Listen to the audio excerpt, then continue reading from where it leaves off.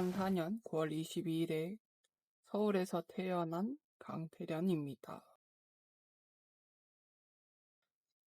신생아 때는 태어나고 한 2달 동안은 집에서 이제 있다가 이제 어느 날 예방접종을 하라고 병원에 갔는데 제 심장소리랑 숨소리를 듣고서 뭔가 숨소리가 이상하다 약간 이런 식으로 제 의사 선생님이 얘기를 하셔가지고 좀 큰 병원에 가보셔야 될 것 같다 이렇게 해서 저를 이제 큰 병원에 데리고 갔더니 대동맥전이랑 이제 심장 결손 막 이렇게 2가지 이제 질병을 갖고 있다고 하더라고요. 그래서 이제 아산병원에 가서 거기서 이제 수술을 받아야 될 것 같다 해서 수술을 받고 지금까지도 계속 병원에 다니고 있는.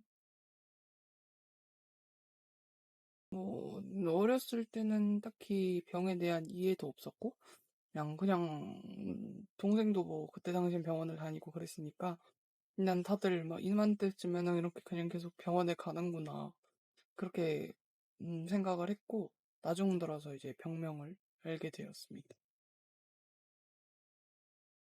병에 대한 무서움은 딱히 뭐 없었어요. 그냥 사실 어렸을 때는 있는지도 몰랐고 나이가 들고 나서야 병을 인지를 했고 기후인지는 모르겠는데 그냥 가끔씩 이제 너무 긴장 상태에 오거나 뭐 운동을 격하게 했거나 이럴 때 조금 안 좋은 건가?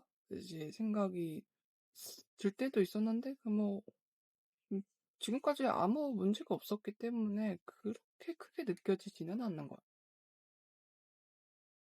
이제 그때는 이제 동생이 태어나는 시기여가지고 어, 아빠랑 언니랑 이제 친척 어른들하고 함께 이제 산부인과에 가서 동생을 보는 날이 되었는데, 그때 당시 저희가 가장 기억 남는 거는 그때 막 동그란 원에서 이제 신생아를 보는 원 같은 게 있었는데, 거기서 이제 동생이 있었어요. 누워 있었는데, 저는 키가 너무 작고, 그거는 생각보다 이제 어른들 눈높이에 다 있는 창문이 있어서, 보는 동생을 이제 까치발을 들고 간신히 봤던 기억이 있고, 어른들 다 보고 이제 동생을 보려고 이제 가는데, 그만 이제 계속 거기서 이제 펄쩍펄쩍 뛰고 있었던 기억이 있는 거.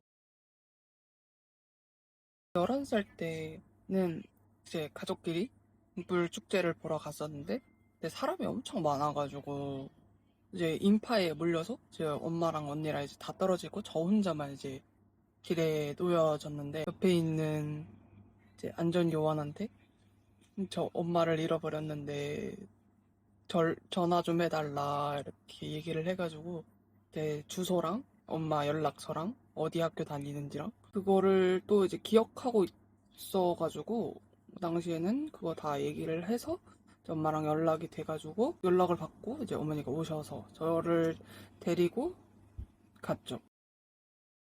굉장히 무서웠죠. 여기서 혼자가 되면 어떡하지? 사람들도 너무 많고 핸드폰은 손에 들고 있는 게 없고 연락수단도 없고 집에 갈 방법은 또 모르고 안전 요원을 만나기 전까지는 굉장히 무서웠던 것 같아요.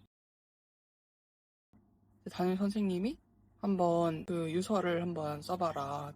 뭐 지금 만약에 죽는다면 어떤 얘기를 이제 남기고 싶은지 한번 써봐라 했는데 지금도 기억이 나는 게 그때 당시에 제가 썼던 내용이 너무 많이 울지 않고 그냥 웃으면서 그냥 그렇게 보내줬으면 좋겠다. 기쁜 것만 생각해주면 좋겠다. 뭐 이런 식으로 썼던 게 지금까지 기억에 남는 것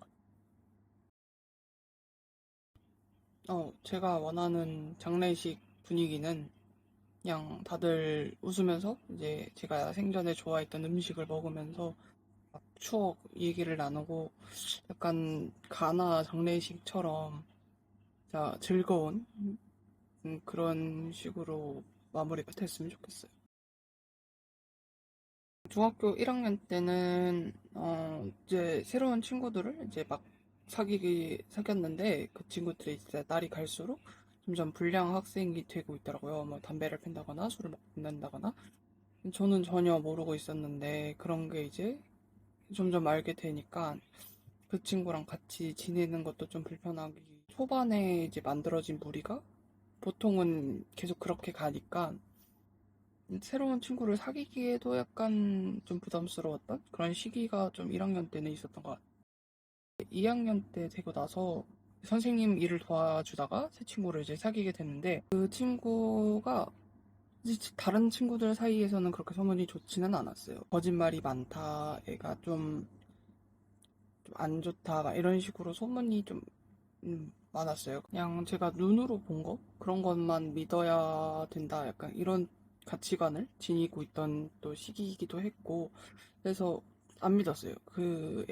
애에 대한 소문들, 이런 다른 얘기들은 다 안 믿고 그냥 잘 친하게 지냈는데, 이제 3학년이 되고 어느 정도 그 친구랑 보내고 나서 시간이 이제 점점 지나다 보니까 저도 새 친구를 또 3학년 때 새 친구를 사귀게 되었고, 이제 제가 새 친구를 사귀다 보니까 그 친구가 그 새 친구를 질투하는 모습도 보이고 또 걔가 거짓말하던 모습들도 이제 점점 저도 이제 느끼는 거죠. 이제 제가 딱 보이기 시작을 하니까 아, 이 친구가 다른 사람이 얘기했던 것처럼 좋은 친구는 아닐 수도 있겠다. 봤던 모습들로 하여금 이제 저도 판단을 해서 이 친구랑은 좀 멀어지는 게 나을 것 같다. 그래서 3학년 이후로는 점점 더 그 친구랑 좀 멀어졌죠. 그 이후로는 가치관이 변했죠. 시간이 지나기도 했고, 이제 학생 때랑 다르게 어른이 되기도 했고, 하다 보니까 보는 것도, 제가 보는 걸 믿는 것도 맞는데, 다른 사람이 그 사람에 대한 얘기를 하는 것도 어느 정도는 들어봐야 하고, 이제 그거랑 맞춰서 내가 봤던 모습, 그런 거를 이제 같이 보면서 사람을 사귀어야겠다라는 생각을 하는 걸로 저는 가치관이 변화했던 것 같아요. 죽음이랑 가까웠던 순간이라고 하면은 코로나 가깝지 않았을까라고 생각이 드는 게 그때 당시에는 되게 많이 사람들이 이제 사망 수를 막 뉴스에서 보여줬잖아요. 실시간 사망자 수 계속 증가하고 있던 것도 보였고 백신을 맞아도 그 부작용 때문에 사망을 하는 사람들도 있다 막 그런 얘기가 나왔을 때니까 또 막 코로나에 걸리고 막 그러다 보니까 이게 생각보다 죽음이랑 가까워질 수 있겠구나 그렇게 생각했던 시기가 아닐까.